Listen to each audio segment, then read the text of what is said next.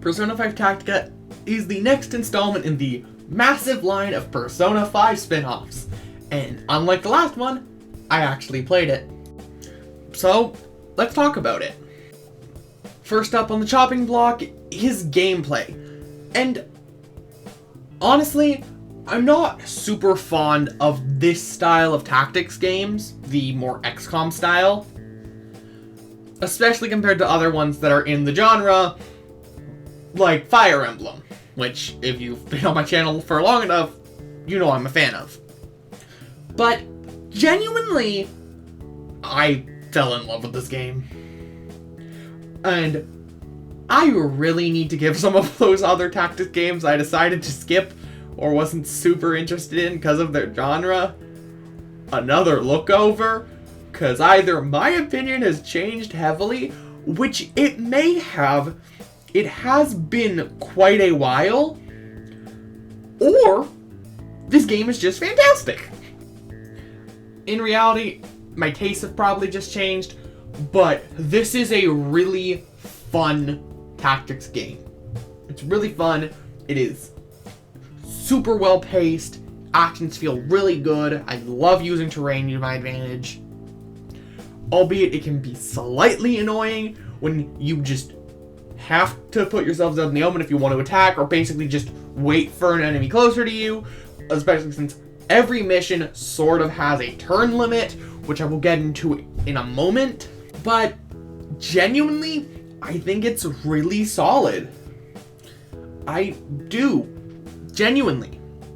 And that's mostly just because it's really fun and well-paced. And again, I think my opinions on these kind of games have probably just changed in the last year or two, which is entirely possible, and I will definitely have to check out some of the ones I skipped, as I said earlier. But the game itself is really fun. And I think one of the things, because I don't know if this is really a standard for the genre, but one-mores. I love hitting an enemy, knocking them down, and then being able to reposition myself, effectively allowing you to safely retreat from a mission. Or, if you don't feel like that's the case and want to double down, be super aggressive. Or if you use a melee attack, you can swap positions with the enemy or knock them far away, taking their cover from them and using it for your own. But I mentioned that there were sort of turn limits before, and that's because there kind of are. Every map has little side missions you can accomplish for, I think, no reward. I really don't think there's a difference aside from a literal achievement, but they're a fun little challenge that going for, I really enjoyed doing. In addition, all of the attacks have been replaced with triangle strikes, which feel really satisfying to land, and in all honesty, they are functionally just an all-out attack, but you just need to position your units in a triangle, or a vaguely triangle-like shape. In addition, there's customization.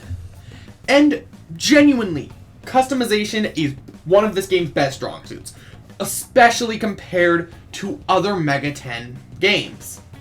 And I don't just mean mainline, I mean spin-offs. Because here's a few things you can do in this game.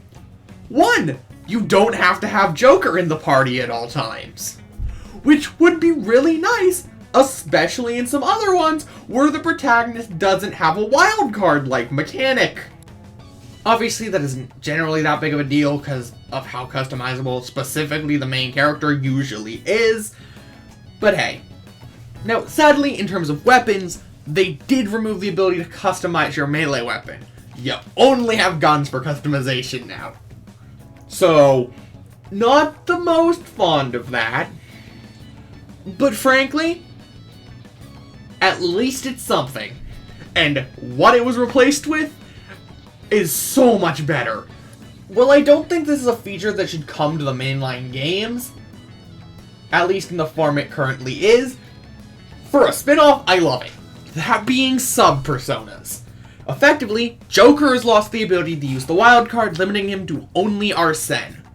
However, in exchange for that, Joker and the rest of the party can all equip a sub-persona, which can grant them an additional skill or additional active or passive effects, as well as just some nice stat ups.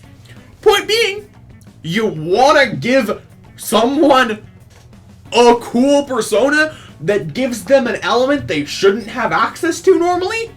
Go ahead. It's really cool and it's really great. Although, while we're on the topic of personas, I would like to talk about fusions. Specifically, the fact is they kind of reverted fusion.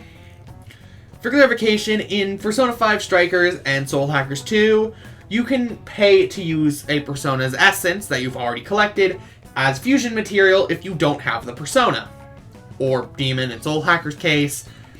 In this game, you can do that for special fusions, but at least to my knowledge, and I am nearly 30 hours into my playthrough, and that just isn't a thing, to my knowledge, which I'm not a fan of. And the worst part is, you can't even argue balancing them, because you can still just buy personas back from the compendium. You just need to figure out what the fusion combinations are yourself or use a fusion calculator, which aren't really that good yet. Obviously, that won't be an issue later down the line, but also I shouldn't have to go to an external website. Although, there is one more thing I forgot to mention, that being how things like crits work. And to my knowledge, they seem to be guaranteed if you attack a certain enemy with a certain attack type. Like, if you hit an enemy with melee, it will crit 100% of the time if the enemy is supposed to. Which I'm fine with. It's a tactics-based game. That alleviates the thing of, well, what if I just kept restarting the start of the level till I got the perfect first turn? Because that is a thing that people do. And frankly, having crits be guaranteed or just consistent as to whether they'll happen or not is great. That is a great solution, especially in a tactics game. Critical hits should not be a thing. Like, if you do a Pokemon Nuzlocke, it sucks to have your Pokemon die to a critical hit. Same thing in Fire Emblem if you're playing on Classic mode. So I'm glad crits are consistent. Also, before we continue, please be sure to like and subscribe. It helps with the channel an absolute ton, and I'd love to hit 400 subscribers before the end of the year. I don't have a good segue, or a segue at all, but let's talk about visuals. It's a Persona 5 game. I need to talk about visuals. I usually don't, despite me saying that in like every video recently where I've ended up talking about visuals, but generally I don't. But story presentation is done as a visual novel, which works perfectly fine. And animations are super snappy, super great. Again, I was one of the people, and I think most people weren't super big fans of it using an art style more similar to that of the Q games. But in all honesty, seeing it in motion, it's great. Yeah, the characters have more chibi and spin-off-y designs, but also, in exchange for that, they have so much more expressiveness in their animations and how they move. Top it off with the still incredible voice cast of the Phantom Thieves, and the characters feel as alive, if not more alive than ever. And of course, that's not just it for characters, since there's also the new cast.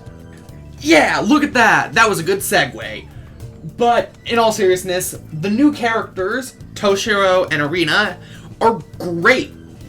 Toshiro is a character that grew on me a ton, and Arena just naturally fits right in with the Phantom Thieves.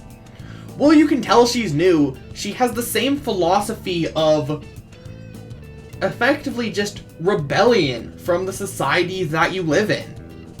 So, she naturally blended in with the rest of the Thieves greatly, and Toshiro fits as well as Zenkichi did at the start of Strikers.